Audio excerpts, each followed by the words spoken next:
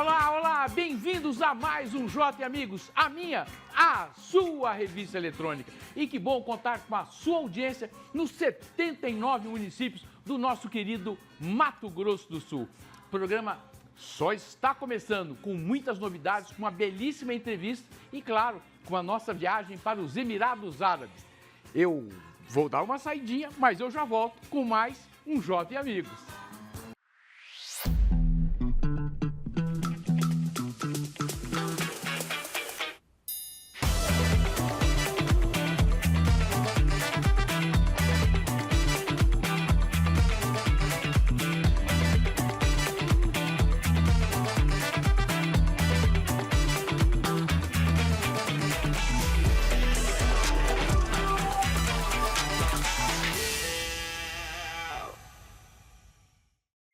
A nossa entrevistada de hoje é uma referência na sua profissão, competente, atuante e sensível.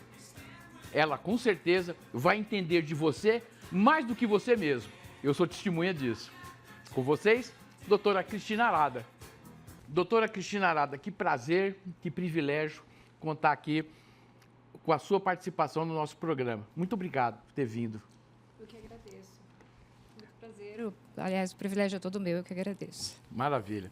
Doutora, o que levou a senhora decidir ser médica psiquiatra? Eu acabei meio que entrando no curso de medicina meio que aos trancos e barrancos, assim, aos trombalhões, né?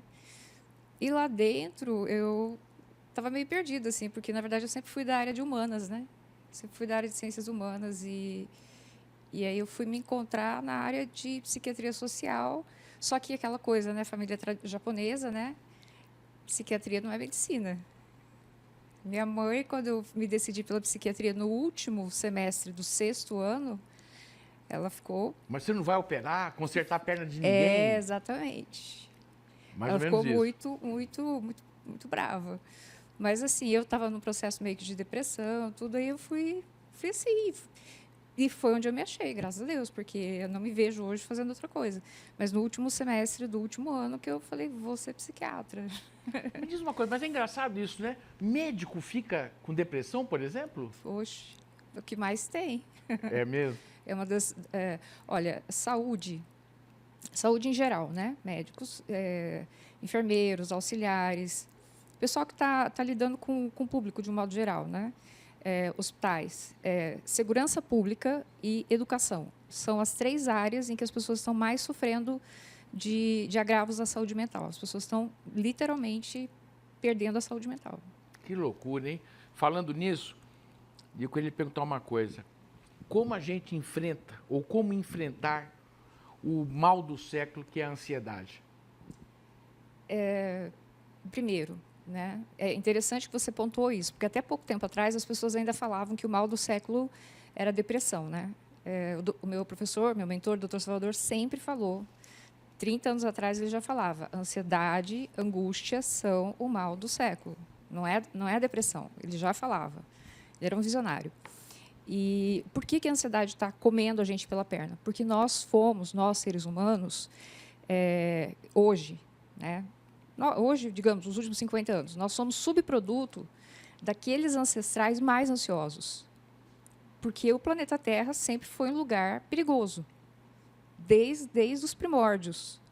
Então, quem era tranquilo, relax, de boa, deixa para amanhã, não sobreviveu, não deixou descendentes. Então, nós somos o resultado da seleção natural dos mais tensos, mais nervosos, mais ansiosos, mais preocupados, aqueles que estavam sempre pensando no amanhã.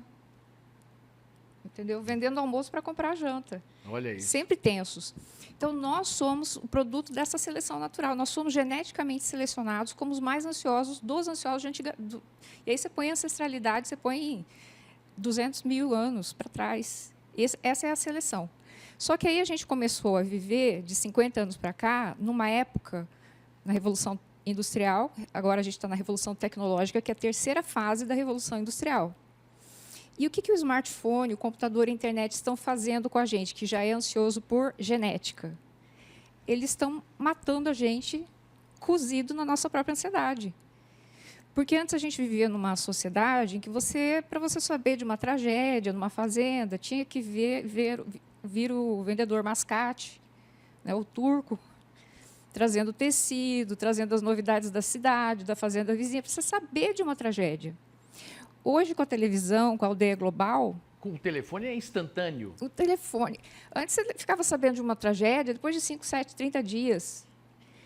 Eu não sei se foi a ilha de Fernando de Noronha ou a ilha de Marajó que ficou sabendo que o Brasil tinha se libertado de Portugal anos depois.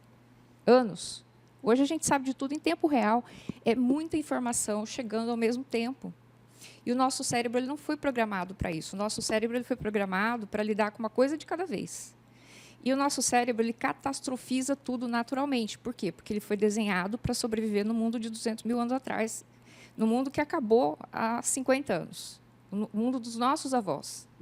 Deixa eu te perguntar uma coisa, aproveitando esse gancho aí. Você, como psiquiatra, quando vai num restaurante e vê uma mesa com 4 pessoas, normalmente pai, mãe e 2 filhos, cada um com telefone celular, como é que você enxerga isso? Acabou o diálogo? Então, você lembra quando você vê um filme sobre a pré-história, ou você lembra de alguma coisa relacionada à pré-história que tinha o fogo, né, a fogueira, e todo mundo em volta da fogueira contando histórias? Lembra? Fogueira quer dizer, a palavra fogo, né, lar vem de fogo, lareira, fogueira, lar. Então, home, o meu lar, minha casa, vem de fogo. Do hábito que as pessoas tinham de ir em torno da fogueira, que iluminava, afastava os bichos, os animais, e as pessoas tinham acolhimento, aquecimento e contavam-se histórias. Histórias desde os seus ancestrais, os seus antepassados, histórias de bravura, de coragem, de sobrevivência. Contava-se como sobreviver a determinadas coisas ruins, como se escapar de coisas assim. As mulheres contavam como fazer, como fiar, como cozer. E se transmitia conhecimento de pai para filho, de avô para filho e neto, de geração para geração, tios. Isso é o que trouxe, ao longo da história da humanidade, o sentimento de família, de coesão, de amizade, de valores, de honestidade, de honra. E, a partir da internet e do momento que cada um de nós tem o seu próprio telefone multifuncional, multimídia, multitask, em mãos, isso passou a isolar as pessoas e foi um dos fatores de fragmentação e dissolução da família. Então, o que eu lembro nessa hora é a cena da família pré-histórica, e não só a família pré-histórica, até pouco tempo atrás, a família reunida, a sala a sala de jantar nem sequer tinha TV junto, claro, né? E havia ali um momento de compartilhamento, né? De troca. Era a família, era um núcleo, né? Era um núcleo familiar trocando informações sobre o dia, sobre como teria sido, o que se passou, o que planeja para amanhã. Havia uma comunhão, uma troca. O verdadeiro sentido de comunhão, né? Da alimentação. E hoje não existe mais isso. Os melhores lanches da capital são um verdadeiro convite ao sabor. Cada mordida traz a combinação perfeita de qualidade, frescor e delícia, preparados com ingredientes selecionados e muito capricho. Do tradicional ao mais elaborado, há sempre uma variedade incrível para todos os gostos. É impossível resistir a tanta gostosura, reunida em um só sabor, conquistando a qualidade. Faz toda a diferença. Gordinho Lanches, no final de semana ou durante a semana. O meu lanche é Gordinho Lanches.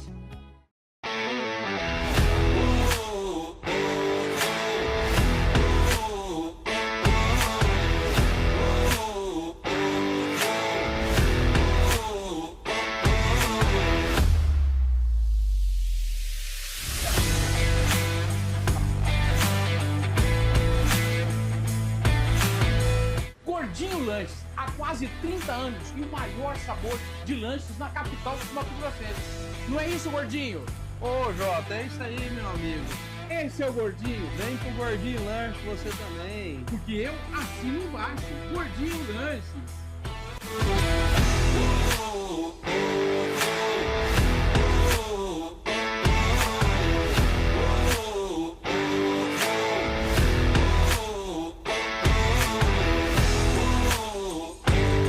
Sabor a cada mordida. Venha conhecer você também o Gordinho Lanches.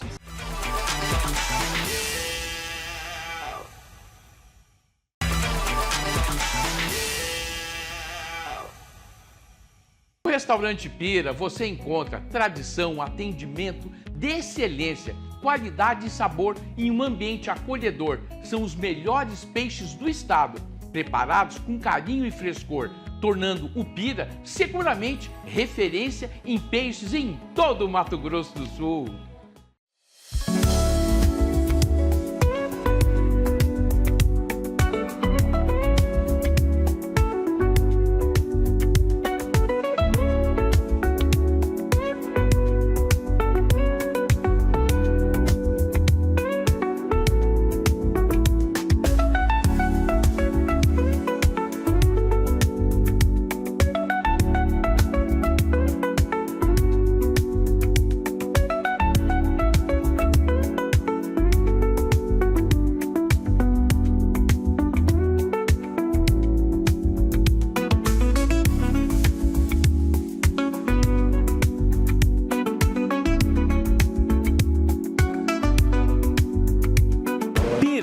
Do Mato Grosso do Sul para o Brasil e o mundo.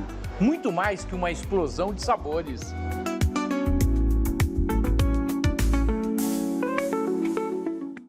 Doutora Cristina, você tem notado um aumento de diagnóstico do TDAH?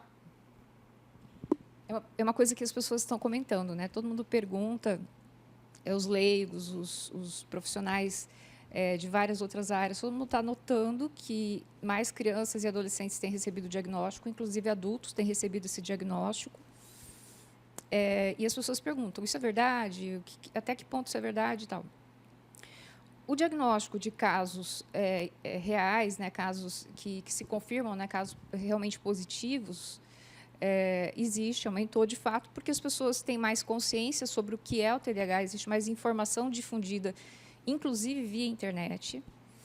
Só que existe uma necessidade de se fazer isso de forma muito cuidadosa, através de profissionais habilitados, testes neuropsicológicos muito metódicos, são testes, não é um teste qualquer, não é um teste de checklist qualquer que se faz na internet que vai levar essa confirmação. Às vezes a pessoa fala, mas eu fiz um teste e bate tudo. Mas, às vezes, o que acontece? É uma pessoa só extremamente ansiosa, uma ansiedade muito, como a gente estava falando inicialmente, a ansiedade é o mal do século. E essa ansiedade extremamente potencializada em algumas pessoas, com alguns traços de personalidade, traços obsessivo-compulsivos, traços como fobias e coisas do tipo, podem, e às vezes tem hiperfoco também. Hiperfoco é um outro sintoma que está sendo muito sobrevalorizado. Hiperfoco, as pessoas já pensam em autismo, não é exclusivo do autismo. Assim como a hiperatividade, o déficit de atenção, sintomas não são exclusivos do TDAH. Então, às vezes, a pessoa vai em um ou outro sintoma isoladamente, que muitas vezes faz parte de uma síndrome ansiosa, potencializada por outros fatores, e ela já vai num diagnóstico de TDAH. E não necessariamente isso é verdadeiro, tá? Então, está havendo uma explosão desse diagnóstico. Então, para que o diagnóstico seja correto, é imprescindível procurar um profissional habilitado, fazer testagens profundas, e o diagnóstico ele não é tão raso e simples de se fazer. E existem implicações de se fazer diagnósticos o falso positivo, né, vai levar ao uso de uma medicação que muitas vezes não vai ser adequada, que pode levar a outros efeitos colaterais a médio e longo prazo que não são nada agradáveis. Inclusive, vai ter implicações sociais muito graves, tanto para a pessoa quanto para terceiros. E por que além, né, do fato das pessoas estarem tendo muito mais acesso à informação, outras coisas estão contribuindo? O que está acontecendo? Antigamente, pessoas que tinham traços de TDAH em algum grau, traços leves, moderados, elas não eram diagnosticadas por quê? Porque a gente tinha uma vida mais às soltas. Né? Quem foi criança até os anos 70, 80, comecinho dos anos 90, lembra, né? Foi criado à solta, correndo, nadando, pulando, subindo em árvore, caindo, sumia de manhã cedo, voltava só de tardezinha, né? A mãe brava, né? Porque sumiu de casa, cadê, onde é que você estava? Né? Os pais não tinham medo de deixar os filhos à solta.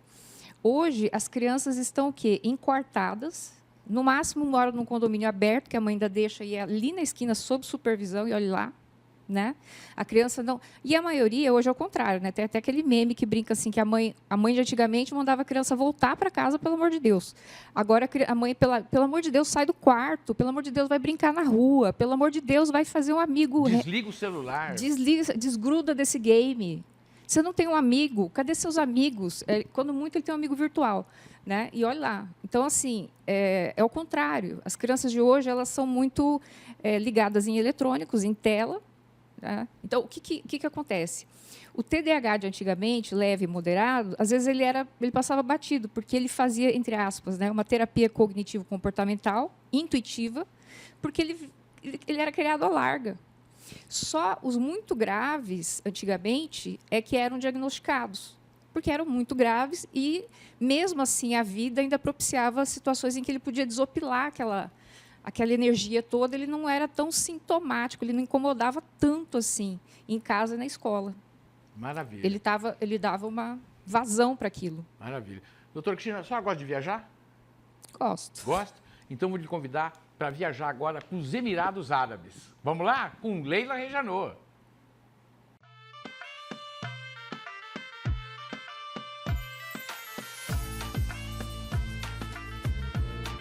Estou aqui no Bahrein e um dia atípico daqui.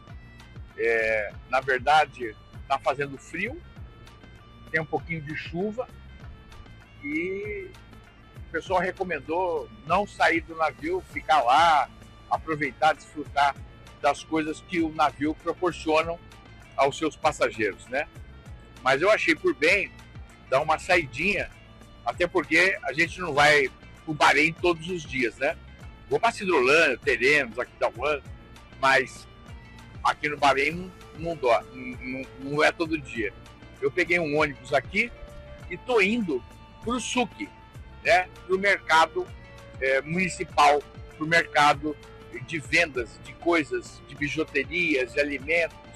Eu não tenho ideia do que está me esperando por lá, mas vou conhecer. E quando eu conheço, você também conhece comigo.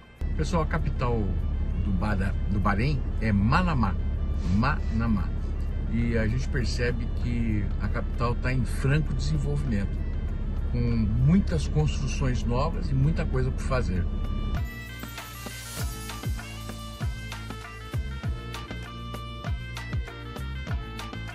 E aqui atrás de mim, o Manamá Souk, que é uma espécie de mercadão municipal aqui da capital do Bahrein. Fundação 1949. Já me falaram que tem um pequeno mercado de ouro, e a gente vai conferir aí o que há de melhor nesse mercadão aqui.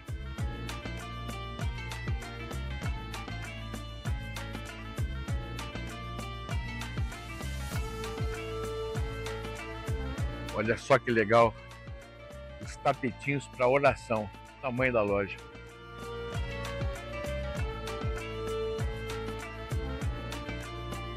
Olha, para minha surpresa e decepção, muitas lojas estão fechadas, porque eles dão uma cesteada, entendeu?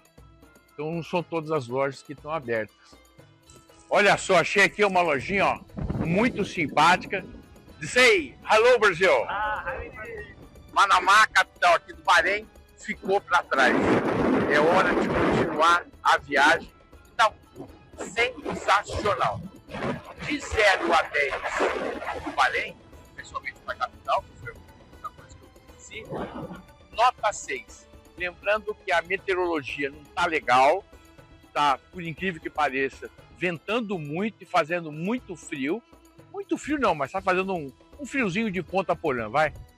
E não é tão suntuosa quanto Doha, não é tão bonita quanto Dubai de jeito nenhum, mas é um lugar diferente e que me frustrou um pouco.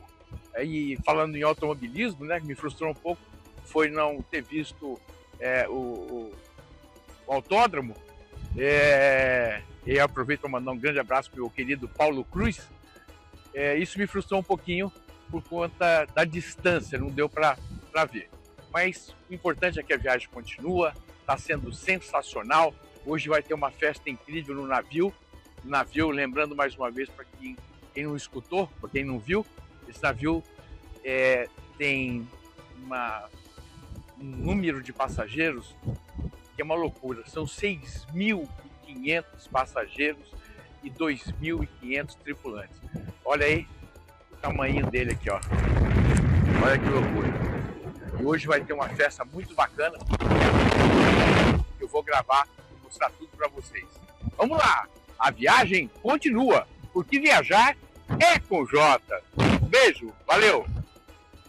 Realce seu ambiente de trabalho, lazer ou sua casa com os vasos mais lindos do estado. Na Vasos e Companhia você encontra não só beleza e valor, mas também uma variedade incrível de plantas que trazem vida, elegância, harmonia em qualquer espaço. Transforme seu ambiente com muito bom gosto e a natureza. Vasos e Companhia.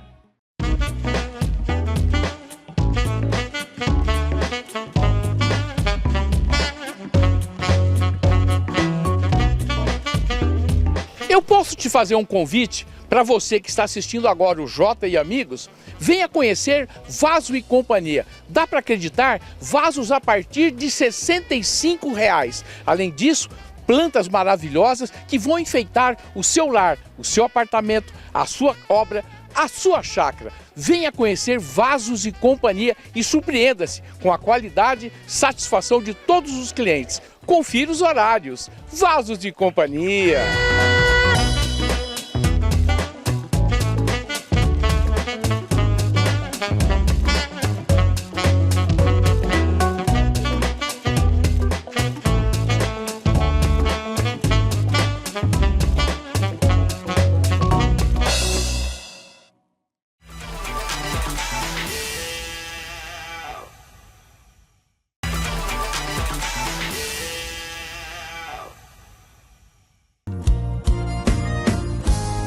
Oi, gente, William por aqui. Por aqui, Juan, estamos aqui em Anaurilândia. Rapaz, você já imaginou morar num paraíso como esse, às margens do Rio Paranazão?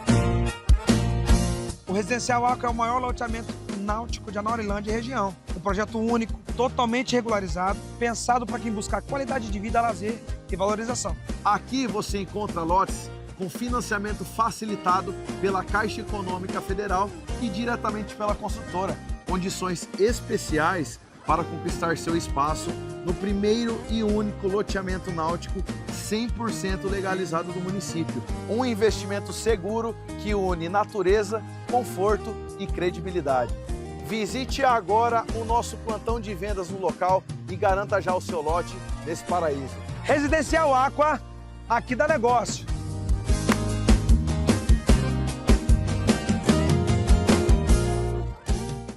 Doutora, nas suas redes sociais, você enfatiza a importância de cuidar da saúde mental, como manter o equilíbrio emocional. São muitos os fatores, né? É muito complexo. Assim, para quem ainda não teve uma descompensação, ainda não chegou a necessitar de medicação, intervenções mais incisivas, né?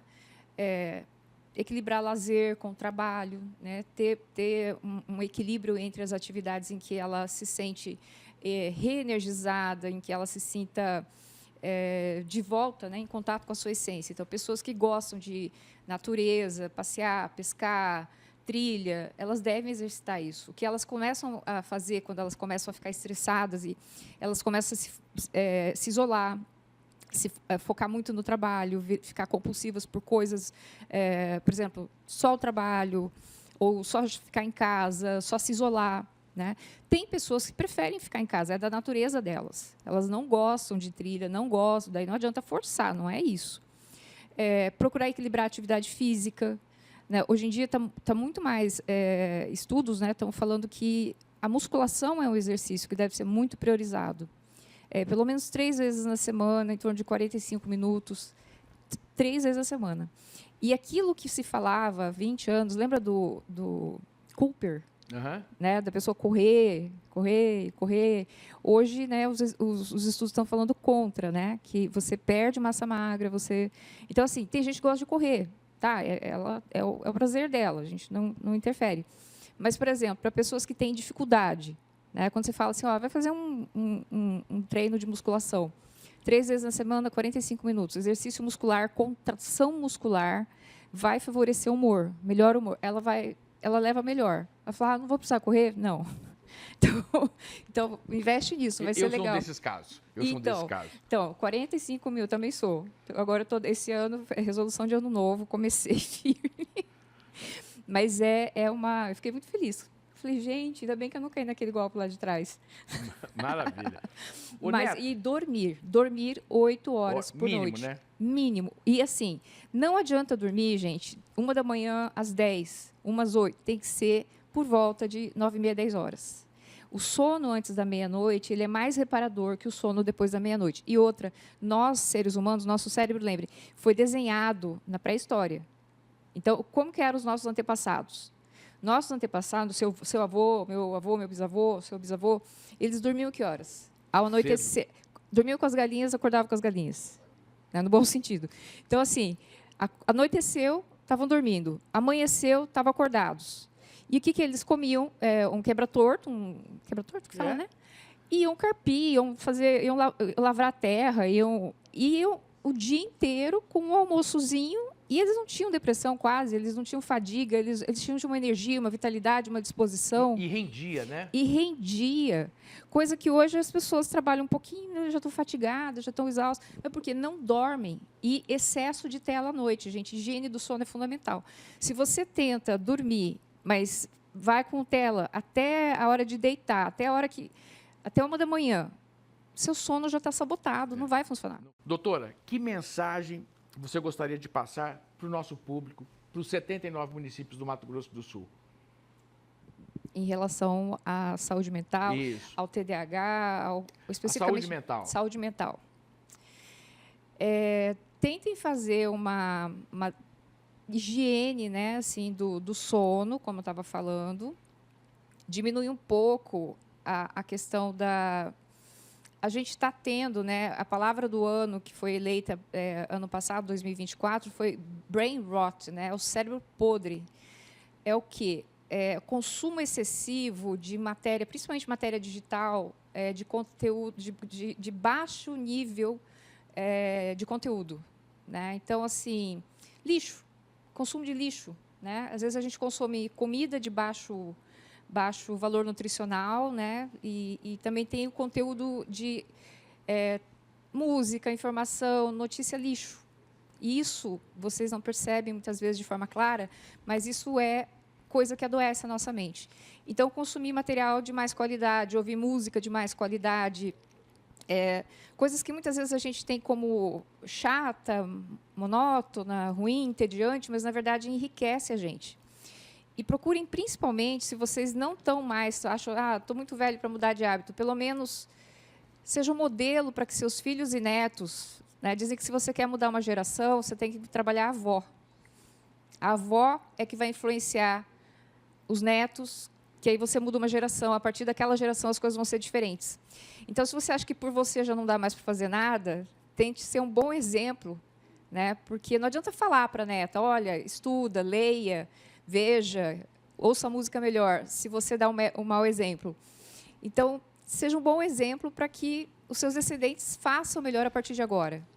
E consumindo matéria melhor, lendo coisas melhores, ouvindo coisas mais bonitas, mais nobres, né? As pessoas vão ter mais qualidade de pensamento e mais qualidade do poder de decisão para tudo.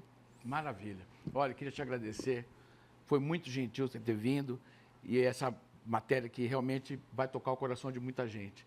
Eu sou prova disso, porque você, num determinado momento da minha vida, deu uma consertada, uma ajustada.